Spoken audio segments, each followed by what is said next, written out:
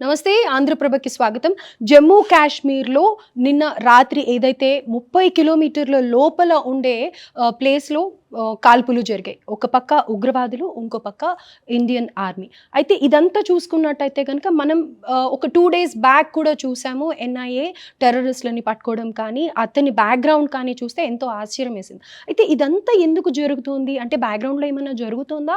అలాగే మనం దీంతో పాటి గుజరాత్‌లో అలాగే కొన్ని ప్లేసెస్‌లో మాక్ డ్రిల్స్ జరుగుతున్నాయి అన్న విషయం బయటికొచ్చింది. ఎందుకు జరుగుతోంది? ఇవన్నీ కూడా కొన్ని అనుమానాలైతే వస్తూ ఉన్నాయి. అంటే స్లీపర్ సెల్స్ యాక్టివ్ అయ్యారా? అందుకే తగిన యాక్షన్ తీసుకుంటూ ఉన్నారా? ఆల్రెడీ వార్ సిట్యుయేషన్‌లో ఎకనామికల్‌గా చాలా డౌన్ ఉన్న సిట్యుయేషన్‌లో ఇది ప్రజల వరకు వెళ్తే పానిక్ అవుతారు అననేసి ఎక్కడ బయటికి రానీకుండుందా? అందుకే సెంట్రల్ గవర్నమెంట్ మోడీ గారిని టార్గెట్ చేసి వీళ్ళు కామ్‌గా ఉన్నారు అని చెప్పి రెచ్చగొడుతూ ఉన్నారా? ఇవన్నీ పలు అనుమానాలకి దారితీస్తున్నాయి. అయితే దానిపైన విశ్లేషణ తీసుకుందాం. ప్రస్తుతం మనతో పాటు ఇంటర్నేషనల్ అఫైర్స్ అనలిస్ట్ మామిడి గిరిధర్ గారు ఉన్నారు. వారితో మాట్లాడదాం. హలో సార్, నమస్తే. నమస్తే అమ్మ. నమస్తే.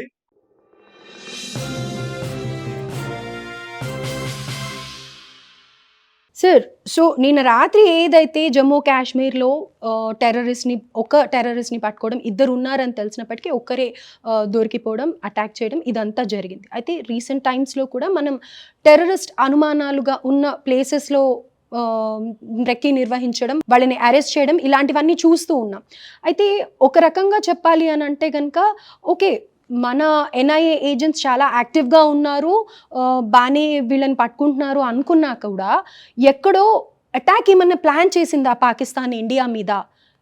ఏదైనా త్వరలో మనం ఫేస్ చేయబోతున్నామా అనే భయాందోళన ప్రజల్లో కూడా కలుగుతోంది. దీనికి మీరేమంటారు సార్? ఏదైనా థ్రెట్ ఉండబోతోందా మనకి? అమ్మా, మనకు పాకిస్తాన్ అన్న దేశం ఏర్పడినప్పటి నుంచి మనకు థ్రెట్ ఉంది. హ్మ్.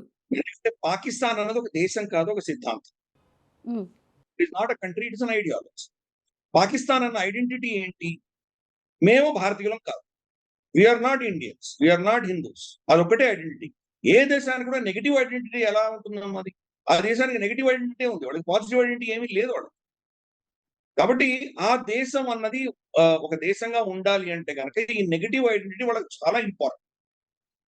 ఈ నిరంతరం కాఫిర్లకు వ్యతిరేకంగా గజ్వాయ్ హింద్ చేస్తూ, జిహాద్ చేస్తూ మన దేశానికి వ్యతిరేకంగా వాడు పోరాటం చేయడమే ఆ దేశం దేశంగా ఉండేదానికి ఒక ఆక్సిజన్ లాంటిది. కాబట్టి పాకిస్తాన్ అన్న దేశం ఉన్నంత వరకు మనకి ఇవి తప్పవు. ఇది హ్మ్. గుర్తుపెట్టుకో. అమన్ కి ఆష, ముంబత్తి గ్యాంగులు చాలా మంది ఉంటారు. మనోళ్ళు వెళ్లి అక్కడ వాఘా బార్డర్‌లో అందరూ మనం ఒక్కరమే, శాంతి కావాలి, ప్రజలందరూ ఒకటే, ఏదో గవర్నమెంట్స్‌లో ఏవో గొడవలున్నాయి. అంతేగాని ప్రజలందరూ చాలా ప్రేమతోటి చూస్తారు. మేము అక్కడికి పాకిస్తాన్‌కి వెళ్తే మాకు చాలా ఆతిథ్యం వాళ్ళు ఇస్తున్నారు. ఇటువంటివన్నీ మనం చెప్తా వింటాం. సో, ఆ దేశం క్రియేషన్ అన్నదే హేట్రెడ్ ఆధారంగా ఒక దీని ఆధారంగా ఆ దేశం తయారైంది. కాబట్టి ఇది మనకెప్పుడు ఉంటుంది.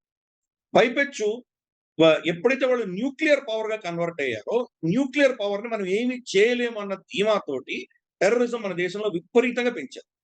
హ్మ్. దాని రిపర్కషన్స్ ఉండవు. మన మీద వాళ్ళ మీద దాడి చేస్తే గనక న్యూక్లియర్ యుద్ధంలో వస్తుందని చెప్పేసి ప్రపంచం ఆపేస్తుందని తెలుసు కాబట్టి, న్యూక్లియర్ బ్లాక్‌మెయిల్ చేస్తూ మనల్ని బాగా పీడించారు. కార్గిల్ యుద్ధం కూడా అలాగే జరిగింది. అప్పటి ప్రభుత్వం, వాజ్పేయి గారి ప్రభుత్వం లైన్ ఆఫ్ కంట్రోల్ దాటి వెళ్ళడానికి వీల్లేదని ఆర్డర్ ఇష్యూ చేశారు. కానీ అంతకంటే ముందరే పివి నరసింహారావు గారి ప్రభుత్వంలో లోక్‌సభ, రాజ్యసభ, మన పార్లమెంటు ఏకగ్రీవంగా తీర్మానం పాస్ చేసింది. అన్యాక్రాంతమైన భూభాగాలన్నీ కూడాను భారతదేశానికి సంబంధించినవే. ఇవి మన సావరెన్ టెరిటరీ, పీఓజేకే అంతా కూడా మనకు చాలా స్పష్టంగా పార్లమెంట్ రెజల్యూషన్ ఉంది. అయినా గాని కూడా వాజ్పేయి గారి సమయంలో ఆయన మన ఎయిర్ క్రాఫ్ట్స్‌ని కానీ మనల్ని లైన్ ఆఫ్ కంట్రోల్ దాటకూడదు అని చెప్పి ఇన్‌స్ట్రక్షన్ ఇచ్చారు. అందుకనే కార్గిల్ యుద్ధంలో మనం చాలా మంది కోల్పోయాం. కొండ మీద వాడు కూర్చొనున్నారు. కొండ నుంచి మనం ఎక్కుతూ వెళ్ళాం. కొండ నుంచి ఎక్కుతూ వెళ్తానంటే గనక పైన ఒక మనిషి ఉంటే కింద 9 మనుషులు సమానం. అందుకని మనం చాలా మందిని పంపించాల్సొచ్చింది. చాలా మనం క్యాజువాలిటీస్, ఫెటాలిటీస్ తీసుకున్నాం. అదే వాడికి వెనక నుంచి మనం గనక కట్ చేసేసుంటే గనక ఆ కొండ మీద నీళ్లు లేవు. మంచినీళ్ళు ఉండవు. హ్మ్. మంచినీళ్ళు లేకుండా ఎంతకాలం బతకగలడు? తిండి లేదు, ఆహారం లేదు. అన్ని కింద నుంచి సరఫరా అవుతున్నాయి కొండ మీదకి. అది సప్లై కట్ చేసామంటే అక్కడే చచ్చిపోతారు. హ్మ్. కానీ మనకు లైన్ ఆఫ్ కంట్రోల్ దాటడానికి వీల్లేదని వాజ్పేయి గారు చెప్పారు కాబట్టి, మనం చేయలేదు. అలాగే మన్మోహన్ సింగ్ ప్రభుత్వం అప్పుడు కూడా మనకు అంత ముంబై ఘటన జరిగిన తర్వాత కూడా అంత టెర్రరిస్ట్ అజ్మల్ కసాబ్ వీళ్ళని చంపిన తర్వాత కూడా ఆ, భారత ప్రభుత్వం యాక్షన్ తీసుకొని వెళ్ళి పాకిస్తాన్ లో ఏమీ యాక్షన్ చేయలేదు. ఎందుకంటే రిస్క్ ఫ్యాక్టర్. మనం వాళ్ళతో ఏమైనా చేస్తే కానీ వాళ్ళు న్యూక్లియర్ లెవెల్ కి వెళ్తారేమో అన్న భయం ఉండింది ప్రభుత్వాలు. ఇద్దరిని తప్పుపడడానికి లేదు, మన్మోహన్ సింగ్ గారిని కానీ లేదా వాజ్పేయి గారి గారి. అప్పుడు మనకున్న పరిస్థితి అది. కానీ క్రమేపీ మోదీ ప్రభుత్వం వచ్చిన తర్వాత దీనంతా కూడా అసెస్ చేసి మన ప్రోటోకాల్స్ పెంచుకున్నాం, మన శక్తి పెంచుకున్నాము, ఇంటెలిజెన్స్ పెరిగింది, వాడి యొక్క వీక్నెస్ ఏంటో మనం బాగా పసిగట్టాము. ఇప్పుడు మనం యాక్షన్ చేయగలుగుతాం. అప్పుడు మన దగ్గర కెపాసిటీ లేదు, ఇప్పుడు కెపాసిటీ బిల్డ్ చేసుకుంటాం. కాబట్టి వాడు చేసేది చేస్తూనే ఉంటాడు. ఏ రోజు మనకు వ్యతిరేకంగా వాడు ఇటువంటి జిహాదు, ఇటువంటి గజ్వా ఏంది ఆపేస్తాడో ఆ రోజు పాకిస్తాన్ ఉండదు. అందుకని చేస్తాడు. మనకు అది ఉంది కాబట్టి నిరంతరం మనం వేటాడుతూనే ఉంటాం. మన దేశంలో వేటాడాలి, వాడి దేశంలో వేటాడాలి. అయితే ఇప్పుడు క్వెషన్ ఏంటంటే, అంత సీరియస్‌గా అటుపక్క ఇరాన్ వార్ జరుగుతోంది, యూఎస్ఏ, ఇజ్రాయెల్ ఈ 3 వార్‌లో ఉన్నాయి. మన వైపు ఎందుకు పాకిస్తాన్ చూస్తుంది అని అంటారు? రీజన్ ఏంటి? పాకిస్తాన్‌కి భారత వ్యతిరేకత తప్ప ఇంకొకటి లేదు వాళ్ళకి. ఓకే. ప్రపంచంలో ఏ గొడవలైనా మన మీద వాడు ఏదో ఒకటి విధంగా మన మ మనకొక వేలు కట్ అయ్యి రక్తం వస్తున్నా పర్వాలేదు. వాడి మొత్తం కాలు విరిగిపోయినా వాడికేం పర్వాలేదు. మన చేయికి ఒక చిన్న కట్ అయ్యి రక్తం వచ్చిందంటే చాలా సంతోషిస్తాం. సో అటువంటి నైజం ఉన్నటువంటి ప్రభుత్వం. ప్రతి దేశానికి ఒక సైన్యం ఉంటుంది. కానీ పాకిస్తాన్‌లో విడ్డూరం అంటే ఒక సైన్యానికి ఒక దేశం ఉంది. ఆ దేశం అంతా సైన్యాన్ని కూడిగించడానికి ఆ దేశం ఉంది. కాబట్టి అది ఒక ఐడియాలజికల్ దేశం అంటారు. ఒక్కొక్కదానికి ఒక్కొక్క నేచర్ ఉంటుంది.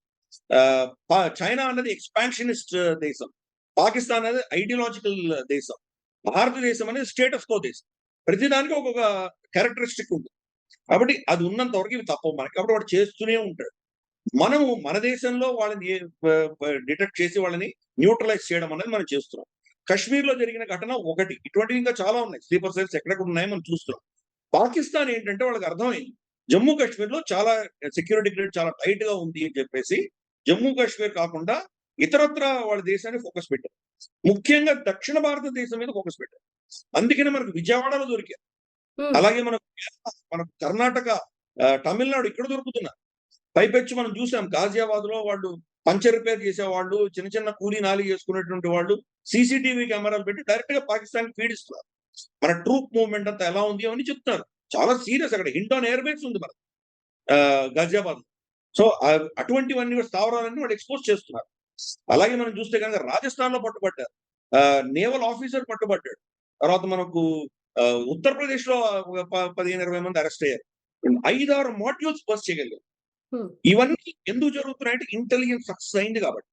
ఈవెన్ ఢిల్లీ బ్లాస్ట్ కూడా లాస్ట్ బ్లాస్ట్ ఏదైతే మనకు రెడ్ ఫోర్ట్ ఎదురుగా జరిగిందో, చాందినీ చౌక్‌లో జరిగిందో, అది కూడా మనం అందరిని బస్ట్ చేసాం. అల్-ఫలా యూనివర్సిటీలో అందరిని మనం పట్టుకోగలిగాము. డాక్టర్ మహిళ ఉంది. ఆవిడని అరెస్ట్ చేసాం. ఒక ఫీమేల్ టెర్రరిస్ట్ ఆవిడని అరెస్ట్ చేసాం. మొత్తం అందరిని అరెస్ట్ చేసాం. ఆ ఒక్క వ్యక్తి మాత్రం దాన్ని కార్‌లో పెట్టుకొని పొద్దున్నుంచి సాయంత్రం దాకా పార్కింగ్ లాట్‌లో ఉన్నాడు. పార్కింగ్ లాట్ నుంచి వెడుతూ ఉండగా బ్లాస్ట్ అయింది. తనే ట్రిగ్గర్ చేసాడా? లేకపోతే అది అన్‌స్టేబుల్‌గా ఉంది కాబట్టి అది బ్లాస్ట్ అయిందా మనకు తెలీదు. సో, మన సక్సెస్ కింద మనం భావించాలి. ఇంత సక్సెస్‌ఫుల్‌గా మన ఇంటెలిజెన్స్ పనిచేస్తుంది కాబట్టి ఇన్ని టెర్రర్ మాడ్యూల్స్ బస్ట్ చేయగలిగాం. మన ప్రాబ్లమ్ ఏంటంటే 100% సక్సెస్ రేట్ కావాలి మన ఇంటెలిజెన్స్ ఏజెన్సీస్‌కి. కానీ టెర్రరిస్ట్‌కి 99 వాడు ఓడిపోయినా ఒక్కటి సక్సెస్ అయినా వాడికి చాలు. ఓకే. సో, అది అందుకని మనకు అన్‌ఫార్చునేట్‌గా మీ ఫీల్డ్‌లో జర్నలిజం ఫీల్డ్‌లో జర్నలిస్ట్ అడిగే ఒక standard question, one of the most stupidest question, ఒక టెర్రరిస్ట్ అటాక్ జరిగిందంటే ఇంటెలిజెన్స్ ఫెయిల్యూర్ అంటారు. అసలు ఇంటెలిజెన్స్ అంటే ఏంటి వీళ్ళకి తెలుసా? తెలియకుండా ముందు ఇంటెలిజెన్స్ ఫెయిల్యూర్ అనేస్తారు. ఏదో వాడికి తెలిసింది అదొకటి, అంతకంటే ఏం తెలీదు వాడు జర్నలిజం అందుకంటే చెప్పలేదు. ఇప్పుడు ఈ అరెస్ట్‌లన్నీ దాన్ని ఏమంటాం ఇది యాహ్! విజయవాడలో, ఢిల్లీలో ఇలా చూస్తూనే ఉన్నాం మనం టెర్రరిస్ట్‌లని మరి అరెస్ట్ దీన్ని ఏమంటాం? ఇది ఇంటెలిజెన్స్ సక్సెస్ కదా! దీని గురించి ఎందుకు మాట్లాడం మనం? కాబట్టి మనం అర్థం చేసుకోవాలి. ప్రపోర్షనేట్‌గా మాట్లాడాలి. ఇంటెలిజెన్స్ అంటే టెర్రరిస్ట్ అన్నవాడు పలానా దగ్గర నేను బాంబు చేస్తున్నానని నీకు ఇన్ఫర్మేషన్ ఇస్తాడా? నీకేమైనా సిగ్నల్ ఇస్తాడా? వాడు చేసేది వాడు చేస్తూ ఉంటాడు. మనం ఇన్ఫిల్ట్రేట్ చేసి తీసుకోవాలి. వాడి ప్రయత్నం అంతా ఏంటి? మనకు తెలియకుండా చేయాలని ప్రయత్నం చేస్తాం. కాబట్టి 100% ఎప్పుడు కూడా సక్సెస్ అవ్వదు ఇంటెలిజెన్స్. ఈ విషయం మనం గుర్తుపెట్టుకోవాలి. ఇంతవరకు గత 2 వారాలు, 3 వారాల్లో ఎన్నో సక్సెస్‌లు వచ్చాయి. అలాగే వాళ్ళ మనుషులు పాకిస్తాన్‌లో చచ్చిపోతున్నారు. ఇద్దరు, ముగ్గురు మేజర్ టెర్రరిస్ట్ చచ్చిపోయారు. హ్మ్. మనకు మసూద్ అజర్ మసూద్. అవును. పెట్టిన హ్మ్. 2 రోజుల క్రితం. సో, ఇటువంటి ఎల్‌ఈటీకి సంబంధించి, లష్కర్ ఎ తోబాకి సంబంధించిన వాళ్ళు చచ్చిపోయారు. వాళ్ళ మురీడికి మస్జిద్‌లో రంజాన్ అయిన తర్వాత ఈద్ రోజు వాడు నమాజ్ చేసుకొని బయటకొస్తుంటే వాడిని చంపేసి ఎళ్ళిపోయారు. ఈ రోజు దాకా దొరకలేదు వాళ్ళెవరు. హ్మ్. మరి అంత హై సెక్యూరిటీ మస్జిద్‌లోనే చచ్చిపోతున్నారంటే దాని అర్థం ఏంటి? దాన్ని ఎవరు చేస్తున్నారు? చచ్చిపోయే వాళ్ళందరూ భారత వ్యతిరేక శక్తులు చచ్చిపోతున్నారు. అంటే దీని వెనకాల దురంధరులు ఎవరున్నారో మనకు తెలీదు. సో, అందుకని ఈ భారత ప్రభుత్వం అన్నది దీని మీద ఫోకస్ పెట్టింది. అందుకనే ఆపరేషన్ సింధూర్ ఇంకా కొనసాగుతోంది అని చెప్పడంలో ఉద్దేశ్యం ఇదే. ఆపరేషన్ సింధూర్ అంటే ఇక్కడి నుంచి అక్కడికి బాంబులు వేయడము, టీవీలో మనకి ఫుటేజ్‌లు పెట్టుకొని సీసీటీవీలు చూపించుకోవడం అదొకటే కాదు. హ్మ్. ఇది పార్ట్ ఆపరేషన్ సింధూర్. రైట్. అయితే కంటిన్యూయస్‌గా ఎలిమినేట్ చేస్తుంది ప్రభుత్వం. మన దేశంలోను, అలాగే పాకిస్తాన్‌లో. ఎక్కడ ఉన్నా గాని వీళ్ళని ఎలిమినేట్ చేయడం అన్నది పార్ట్ ఆఫ్ ఆపరేషన్ సింధూర్‌గా మనం భావించాలి. అయితే ఇది డైరెక్ట్‌గా ప్లాన్ చేసింది మోడీ గారి పైనే అననేసి కూడా వార్తలు వినిపిస్తూ ఉన్నాయి. అంటే మోడీ గారిని టార్గెట్ చేసుకొని ఇండియాలో అటాక్స్ చేయాలి అని ప్లాన్ చేస్తున్నారు అని అంటున్నారు. దీనికి మీరేమంటారు సార్? మోదీ గారు లేనప్పుడు చేయలేదా వీళ్ళు? మోదీ గారు లేనప్పుడు చేయలేదా? ముంబై దాడిలో మోదీ గారు ఉన్నారా? లేరు గదా! తర్వాత గతంలో జరిగిన టెర్రరిస్ట్ అటాక్స్ అన్నిట్లో గూడాను మనకు ప్రతిరోజు చాందినీ చౌక్‌లో జరిగింది. మనకు రీగల్ సినిమా దగ్గర జరిగింది. ఎన్ని చోట్ల అక్కడ మోదీ గారు ఉన్నారా? హ్మ్. మనకు సిటీలో గోకుల్ చాటు, లుంబిని పార్క్‌లో టెర్రరిస్ట్ జరిగినప్పుడు, అటాక్ జరిగినప్పుడు మోదీ గారు ఉన్నారా? సో, మోదీ గారు కానే కాదు. గతంలో మోదీ గారు లేనప్పుడు గూడా దాడులు జరిగినాయి. కాంగ్రెస్ ప్రభుత్వంలో గూడా దాడులు జరిగినాయి. కాబట్టి వాళ్ళకి నేను చెప్పాను గదా! ఇక్కడ ప్రభుత్వంతో సంబంధం లేదు. ఎవరున్నా కానీ గూడా హిందూ వ్యతిరేకత, భారత వ్యతిరేకత అన్నది వాళ్ళలో డీఎన్ఏలో ఉందది. కాబట్టి దాడులు చేస్తూనే ఉండాలి.